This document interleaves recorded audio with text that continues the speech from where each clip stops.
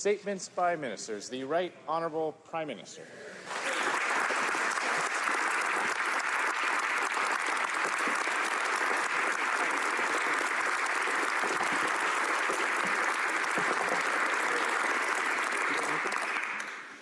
Monsieur le Président. Mr. Speaker, in recent months, the international community has been virtually unanimous in its indignation and concerns with the rise of the so-called Islamic State of Iraq and the Levant. A self-proclaimed caliphate, at present stretching over a vast territory roughly from Aleppo to near Baghdad, from which it intends to launch a terrorist jihad not merely against the region, but on a global basis. Indeed, it has specifically targeted Canada and Canadians, urging supporters to attack, quote, disbelieving Canadians in any manner, vowing that we should not feel secure even in our homes. It would be easy to minimize statements like that, saying that they're just being made by some fanatics, if it weren't for the fact that ISIL is acting on these words. Shockingly, ISIL's words are matched by its actions. In the territory ISIL has occupied, it has conducted a campaign of unspeakable atrocities against the most innocent of people. It has tortured and beheaded children. It has raped and sold women into slavery. It has slaughtered minorities, captured prisoners, and innocent civilians whose only crime is being or thinking differently from ISIL. Indeed, by late last summer, ISIL stood on the brink of committing large-scale genocide in northern Iraq. And that is what pushed Canada's allies within the international community, under the leadership of President Obama, to intervene. And as Canadians, we joined in.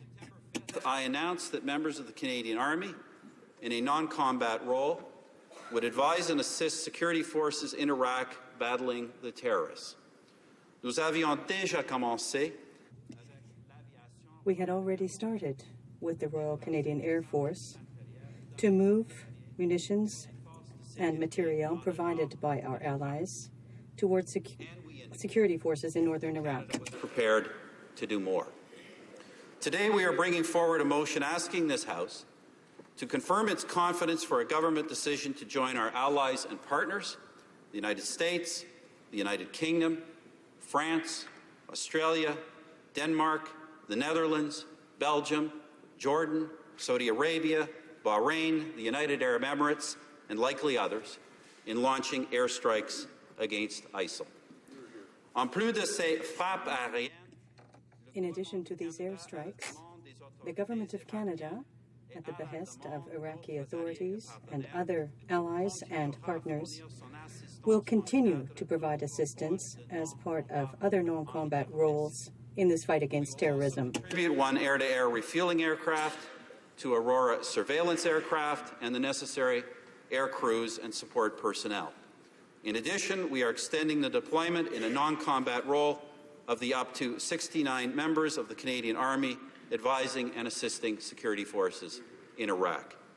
There will, however, be no ground combat mission, which is explicitly ruled out in the resolution.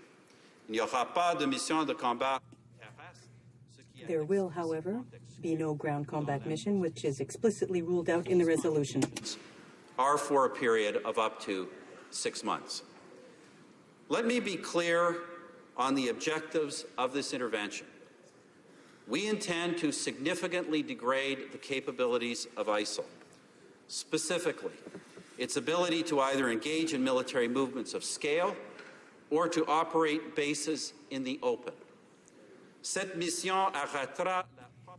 This mission will stop the spread of ISIL in the region and will significantly reduce its ability to conduct acts of terrorism beyond the region. To be clear, this intervention will not make it possible to eliminate this terrorist group, nor to automatically guarantee that another shape of government or type of government will take its place in Iraq or Syria. But again, to be clear, while ISIL will not be eliminated, the risks presented from the territory in which it operates will be significantly reduced to those of other similar ungoverned spaces in the broader region. There are, Mr. Speaker, two other matters on which I wish to elaborate. First, the resolution confirms the Government of Canada's intention to strike ISIL and its allies. ISIL. Mais nous allons attaquer l'État islamique uniquement là où le But Canada a l'appui. we will only attack ISIL where Canada has support of the country in question. And only where Canada has the clear support of the government of that country. At present, this is only true in Iraq.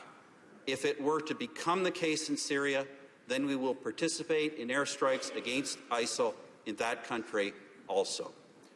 Le gouvernement du Canada ne cache The government of Canada que nous inspire les actions has not hidden its distaste for the actions of the Assad regime. But what we are doing is participating in a counterterrorism operation against nous ne voulons faire la guerre à aucun terrorist allies. dans la région. We are not conducting war on any government in the region. That the government is seized with the necessity of avoiding a prolonged quagmire in this part of the world. Les actions que nous avons annoncées The action that we have announced auxquelles il sera relativement facile de mettre fin. Indeed, will be easy to end. precisely to avoid a situation that was clearly headed to a wider, protracted, and much more dangerous conflict. Let me also say that the military measures we are taking do not in any way preclude humanitarian actions. There is no either-or here. Horrifié par des souffrances humaines, Horrified by the human suffering, we are already providing emergency shelters and emergency medical assistance to thousands of civilians in Iraq by supporting humanitarian organizations present on the ground, as well as providing assistance to the government of Iraq. in addition to large-scale financial assistance already being furnished to the significant number of countries in the region that have been impacted by the humanitarian catastrophe in Syria. Let me also assure Canadians that the government will continue to be seized with the broader terrorist threats against Canada. We have strengthened laws in this country to deal with the issue of so-called Canadian foreign fighters. Nous avons élargi les motifs de révocation We du have passeport broadened des gens qui participent reasons à for des revoking activités passports for people who are participating in terrorist activities, pour retirer and we have la taken citoyenneté steps des personnes de cette sorte ayant une to remove citizenship from people with dual citizenship. bring forward additional measures to strengthen the ability of our security services to monitor aspiring terrorists, to, where possible, prevent their return to Canada, or two, where that is not possible, give greater tools to be able to charge and prosecute. Mr. Speaker, to return to the matter before us today, I urge all members to consider and to support the motion we have presented. I do this, Mr. Speaker, in recognizing that in a democracy, especially one approaching an election, there is rarely political upside in supporting any kind of military action and little risk in opposing it. Néanmoins, pour assurer la sécurité régionale et mondiale, But bien sûr, la sécurité des Canadiennes to et des Canadiens, guarantee regional and global security and the security of Canadians, this intervention is necessary. there is none better than the fact that the mission has been launched by President Obama, the leader who had withdrawn American troops and proudly ended the war in Iraq. Of course, Mr. Speaker, one could say that while the mission is evidently necessary, we don't have to be the ones doing it because others will. But, Mr. Speaker, throughout our history, that has never been the Canadian way. To do only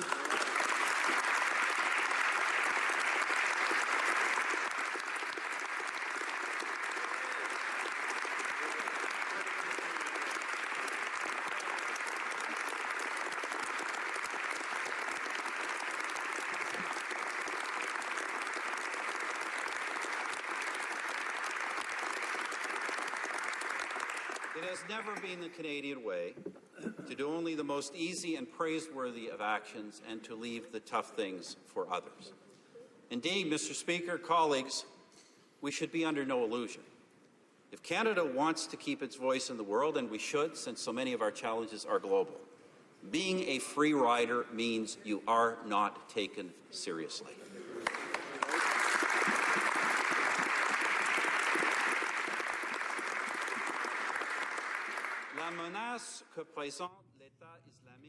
The threat ISIL represents is real, serious, and explicitly directed in part at our country.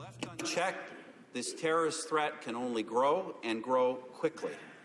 As a government, we know our ultimate responsibility is to protect Canadians and to defend our citizens from those who would do harm to us or our families. Nous savons aussi que notre pays.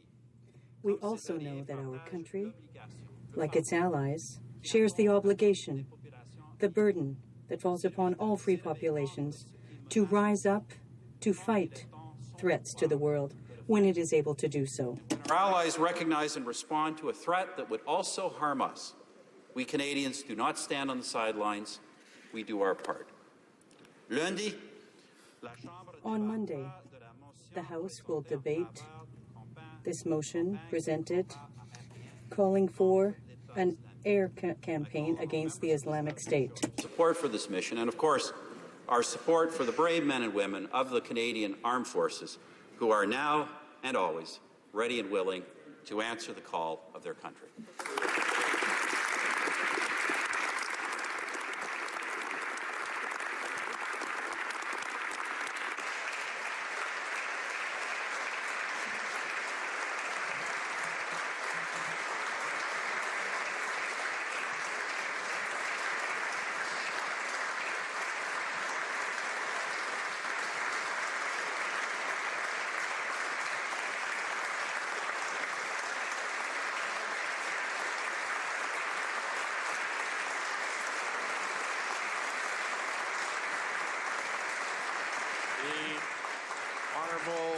The Leader of the Opposition.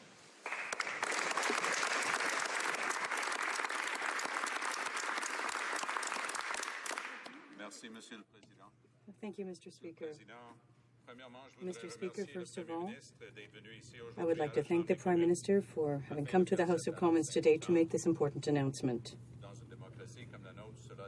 In a democracy like ours, it should go without saying, because the Prime Minister will be determining the fate of many young men and women, courageous young men and women who will serve their country and risk their lives. No more sacred trust for a Prime Minister than sending young Canadian women and men to fight and risk making the ultimate sacrifice in a foreign war.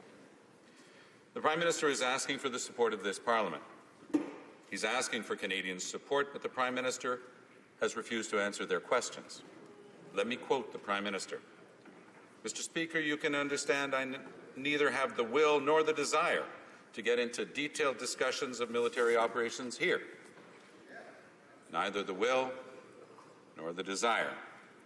Here was this Parliament, and it was not just about the details.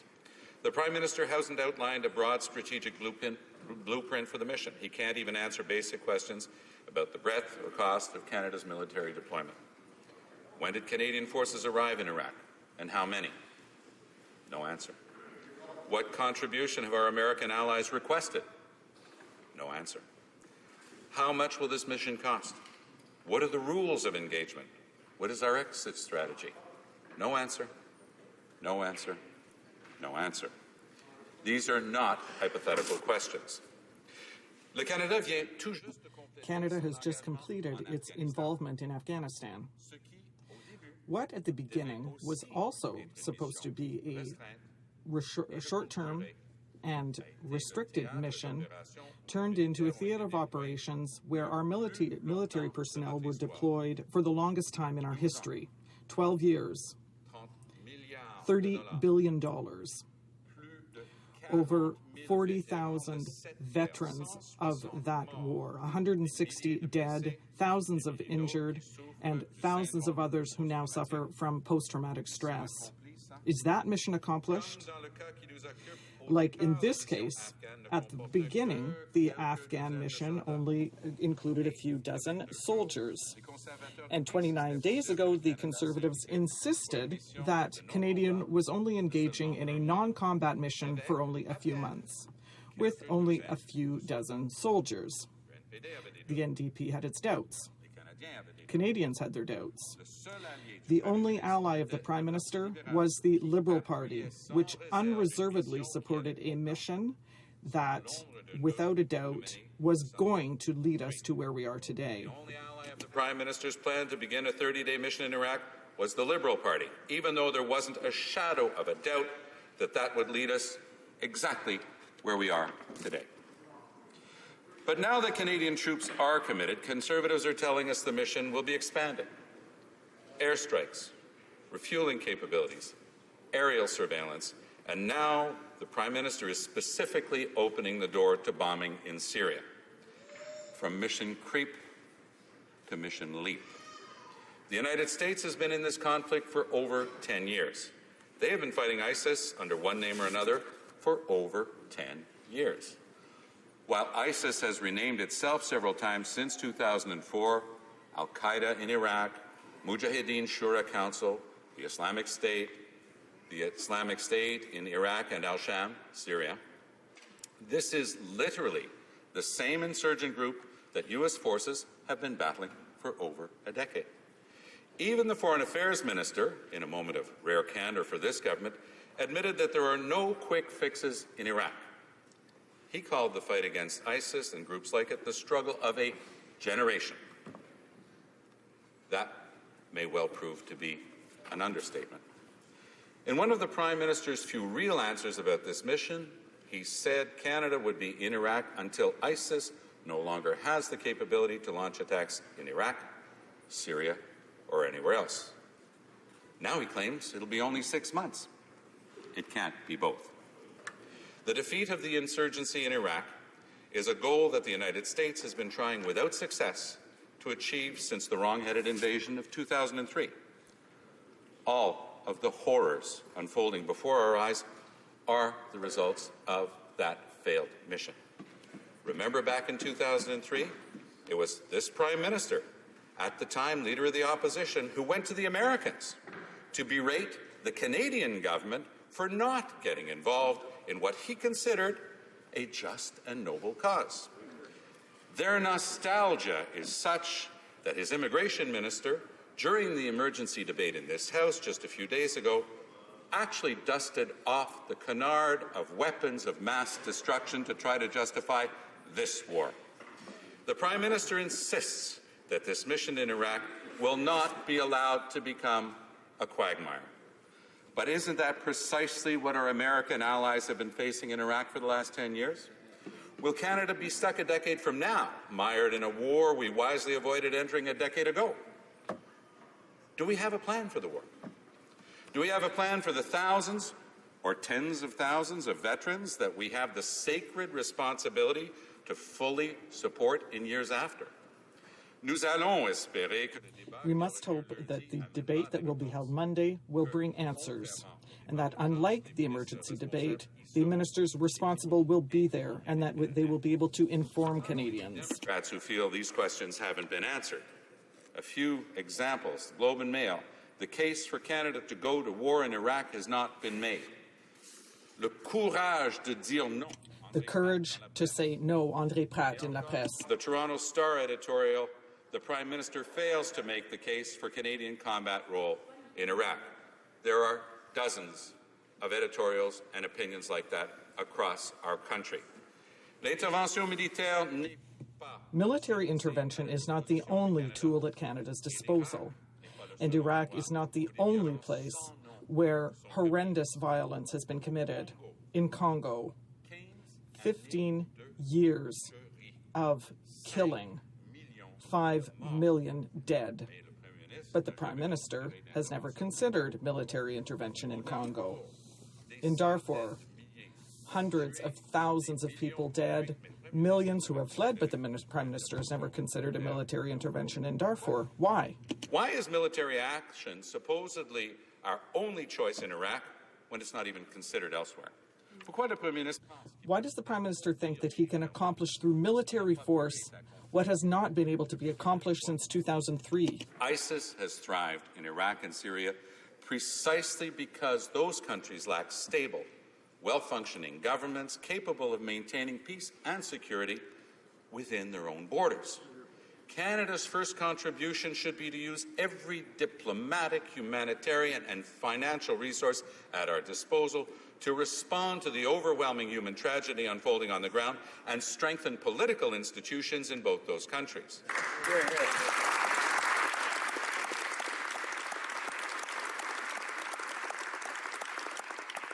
With the well-deserved credibility Canada earned by rejecting the initial ill-advised invasion of Iraq, we are in a position to take on that task. The tragedy in Iraq and Syria will not end with another Western-led invasion in that region.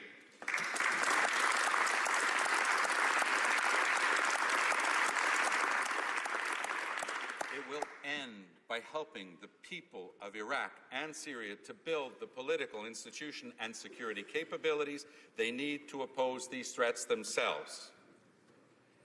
Canada, for our part, should not rush into this war. Canada, for our part, should not rush into this war. Thank you, Mr. Speaker.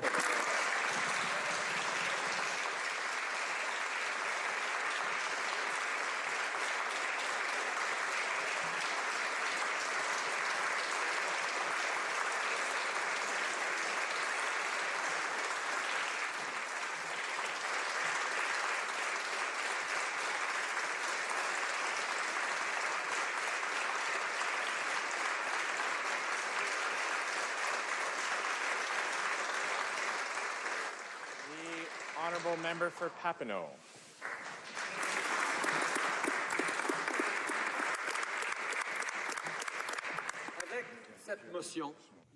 With this motion, the Prime Minister has finally announced in Canada what he said in New York City more than a week ago.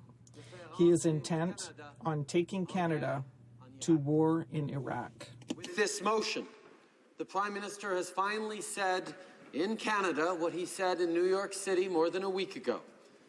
He is intent on taking Canada into war in Iraq. ISIL is a threat both to the region and to global security. ISIL murders ethnic and religious minorities across Iraq and Syria. They murder innocent civilians, humanitarian workers, and journalists. These awful acts have been documented, often by the perpetrators themselves. This is why the Liberal Party supported a 30-day non-combat role in good faith, and on which we were briefed. This time, instead of briefings, there has been only overheated rhetoric. Les libéraux Liberals will raise the following core principles in the debate. 1, that Canada does have a role to play to confront humanitarian crises and security threats in the world. Second principle, that when a government considers deploying our men and women in uniform, there must be a clear mission overall and a clear role for Canada within that mission. Third principle, that the case for deploying our forces must be made openly and transparently, based on clear and reliable, dispassionately presented facts. That Canada's role must reflect the broad scope of Canada's capabilities and how best we can help. Unlike the Prime Minister, Liberals believe Canada can make a more helpful contribution to the international effort to combat ISIL than a few aging warplanes. I think Canadians have a lot more to offer than that. We can be resourceful, and there are significant, substantial, non-combat roles Canada can play. And some we can play better than many or perhaps any of our allies, whether they are strategic airlift, training, or medical support. We have the capabilities to meaningfully assist in a non-combat role a well-defined international mission. The fact remains, this Prime Minister has not been upfront with Canadians about his plans. Le Premier Ministre et le gouvernement. The Prime Minister and the government have given us little reason to believe that once in combat, they will be able to limit our role. And moralistic rhetoric is being used to justify more than just airstrikes. It is an attempt to justify a war.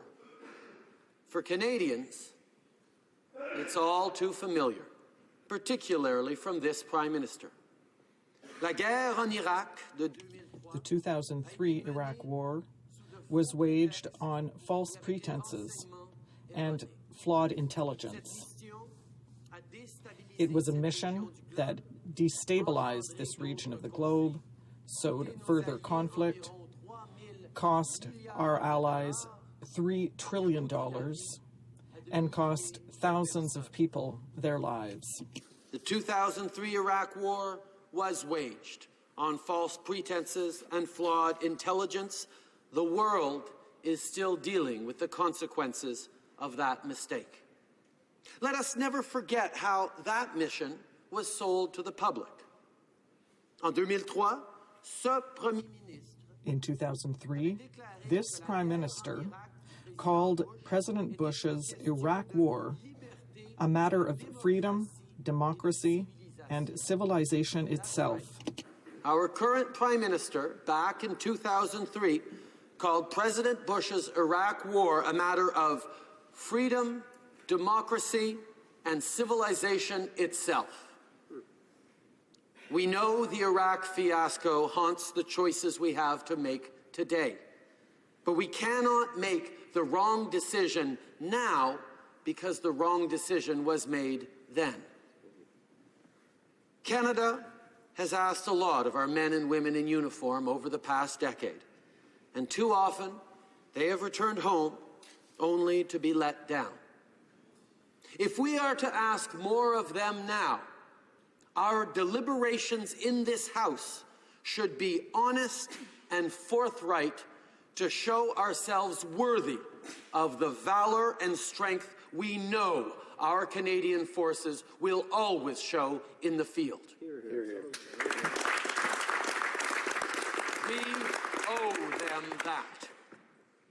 We know there is a role for Canada to be involved in the fight against ISIL, but there is a clear line between non-combat and combat roles.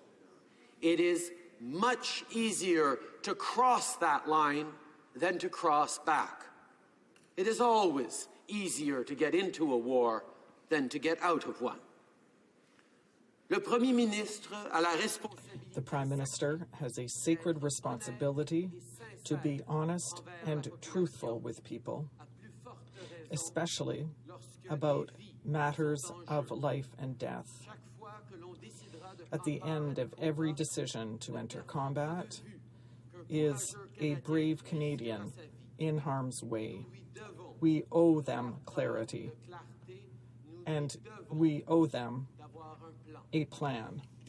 The Prime Minister has a sacred responsibility to be honest and truthful with people, especially about matters of life and death. At the end of every decision to enter combat is a brave Canadian in harm's way. We owe them clarity. We owe them a plan. Most of all, we owe them the truth. The Prime Minister has offered none of those. The Liberal Party of Canada cannot and will not support this Prime Minister's motion to go to war in Iraq. The Liberal Party of Canada cannot and will not support this Prime Minister's motion to go to war in Iraq.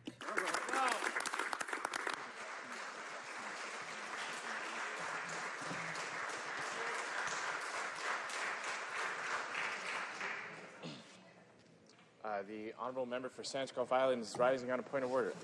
No, Mr. Speaker, I was hoping to rise to respond to the Prime Minister's remarks very briefly.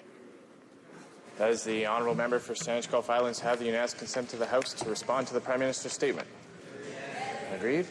Agreed. The honourable member for Sandwich Gulf Islands. Thank you. With that, Mr. Speaker, let me convey my thanks to all members of this House for the rare unanimous consent to allow a member from an unrecognised party, although I do stand here recognised as a member of Parliament from the Green Party.